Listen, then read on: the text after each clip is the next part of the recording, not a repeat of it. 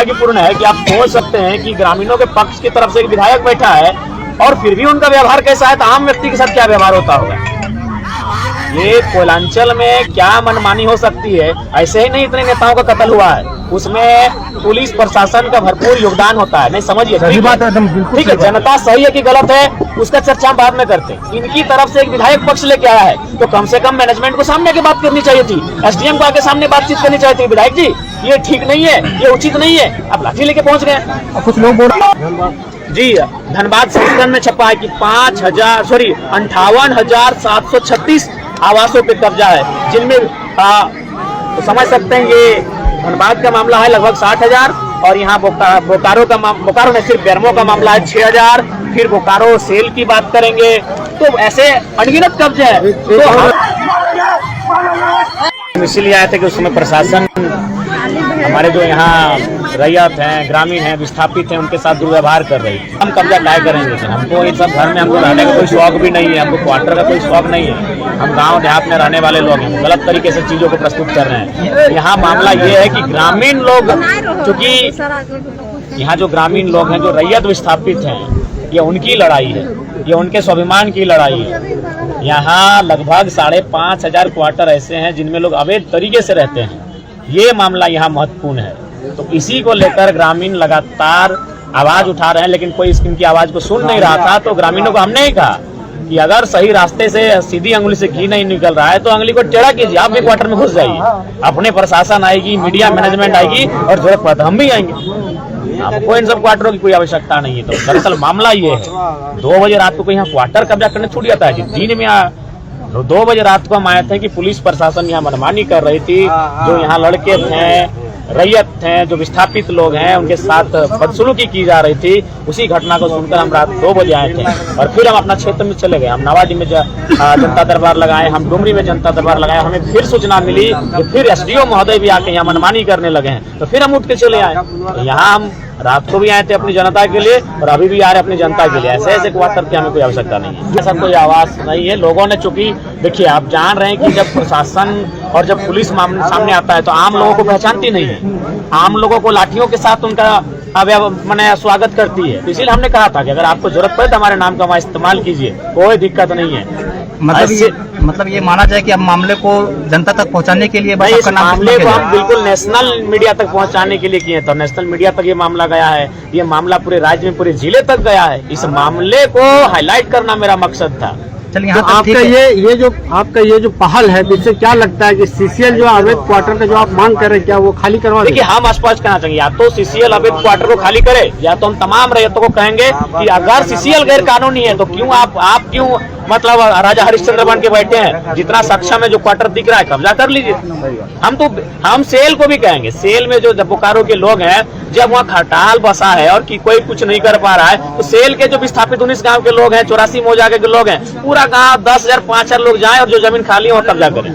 तो ये संवैधानिक रूप नहीं, संवैधानिक हम बिल्कुल संवैधानिक, लेकिन जब आप सीसीएल संवैधानिक बात नहीं कर रही है, डीसी संवैधानिक का हवाला नहीं कर पा रहे हैं, डीएसपी तमाम पदाधिकारी, तो ये संविधान का डर और संविधान का दायरा केवल आम व्यक्ति तक क्यों? नहीं, विधायक जो है संविधान को लेकर के लगातार आवाज उठाते रहे हैं। संवैधानिक हम तभी है जब अगला संवैधानिक है। हम बिल्कुल हम संवैधानिक है, अगला संवैधानिक है, हम भी संवैधानिक है। अगर अगला संवैधानिक नहीं हो पाएगा तो हमें लगता है कभी कभी हमें भी माने घी को निकालने के लिए अंगुली को टेढ़ी करने की आवश्यकता है। हम तो बोल रहे हैं 5500 क्वार्टर अवैध कब्जा है, मामूली बात है। लालू जादू बस गया है। और ये क्या मामला है कि मान के चलिए कुछ लोग जो बड़े नेता कहिए, बड़े माफिया टाइप के लोग कहिए, वे लोग 7-8 क्वार्टर ले लिए हैं और 1 लाख 2 लाख में बेच रहे हैं उन क्वार्टरों को। तो गलत और असंवैधानिक तो वे कर रहे हैं और सीसीएल को जानकारी है। तो जब भारत देश की एक मान्यता प्राप्त संस्था जिसको हम सीसीएल कहते हैं, अगर वो संवैधानिक है तो एक आम व्यक्ति कितना संवैधानिक रह पाएगा?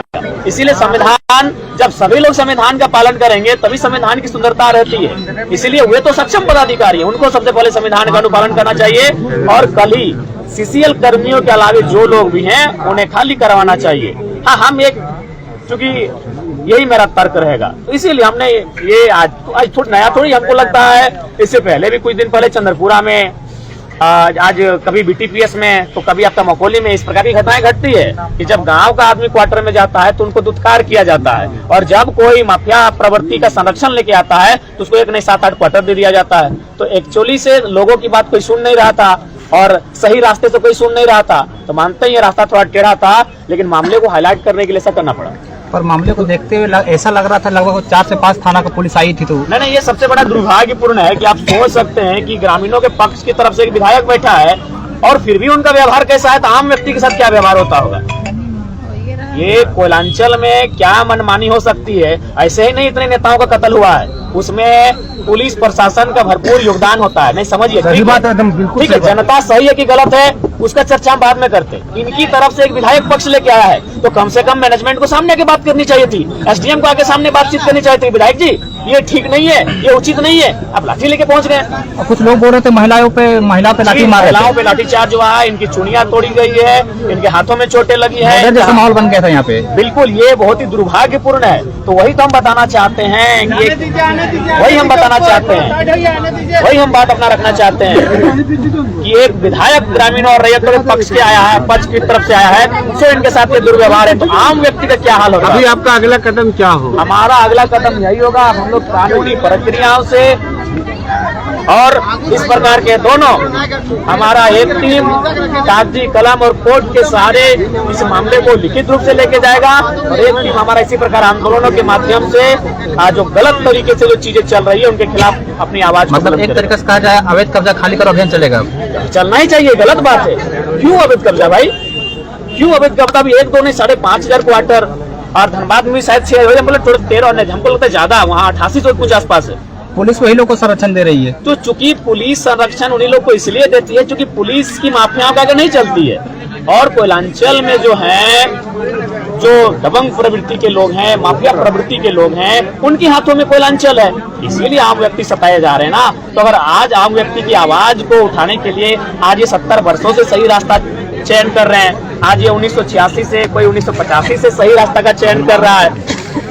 बताइए, हम तो धनबाद का भी ये 58,000, हम तो मिस्टेक एक तो वर्डे मिस्टेक कर दी, हम 5 पुलिस नहीं कार्रवाई करती है। 58,000 आवासों पे अवैध कब्जा है। 58,000 समझ रहे हैं, वहाँ 58,000, ये तो 5 मामूली, यानी 60,000 आवास। अगर सत्र चलती इस बार फरवरी में तो आप इस बिल्कुल इस मामले को हम उठाएंगे। इसीलिए मैं मानता हूँ कि हमारा ये रास्ता थोड़ा सा टेढ़ा है, रास्ता थोड़ा सा लीक से हटकर है, लेकिन इंसान मजबूरी में इन रास्तों पे आता है। ये देखिए, ये आज का पेपर नहीं है, ये कई महीनों नहीं, हमें लगता है वर्षों पुराना पेपर है, जहां स्पष्ट लिखा है ये इस देश का एक सम्मानित अखबार है, प्रभात खबर में छपा है जी, धनबाद संस्करण में छपा है कि 58,736 आवासों पे कब्जा है, जिनमें तो समझ सकते हैं ये धनबाद का मामला है लगभग 60,000, और यहाँ बोकारो में सिर्फ बेरमो का मामला है 6,000, फिर बोकारो सेल की बात करेंगे तो ऐसे अनगिनत कब्जे हैं। तो हाँ, और एक पेपर दिया गया है ये बेरमो वाला, सीसीएल के 5,500 क्वार्टर पे कब्जा है। सीसीएल, ये तो सीसीएल 5,500 क्वार्टरों पे कब्जा है। तो जो लोग हमें संविधान की बात पढ़ा रहे हैं, जो लोग हमें संविधान का ज्ञान दे रहे हैं, उनका ज्ञान इन सब विषयों पे क्यों नहीं है? ये कौन सा संवैधानिक कार्य है? 60,000 आवास पे कब्जा, 5,500 आवासों पे कब्जा, तो ये तो दुर्भाग्यपूर्ण है। आराम से हल्ला नहीं करें, हल्ला नहीं करें, आराम से करेंगे। अरे एक कागज थमा पहले, अरे अगर चल 5,000 इसीलिए मेरा मानना है कि यहाँ बेरमो में, धनबाद में, बोकारो में असंवैधानिक कार्य, बल्कि पुलिस प्रशासन के संरक्षण में असंवैधानिक कार्य हो रहा है। तो अगर कोई संविधान को तार-तार कर रहा है तो संवैधानिक लोग कर रहे हैं।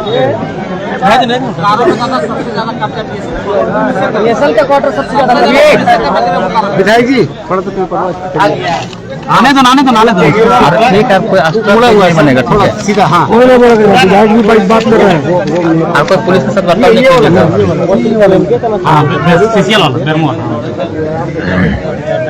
Thank you sir.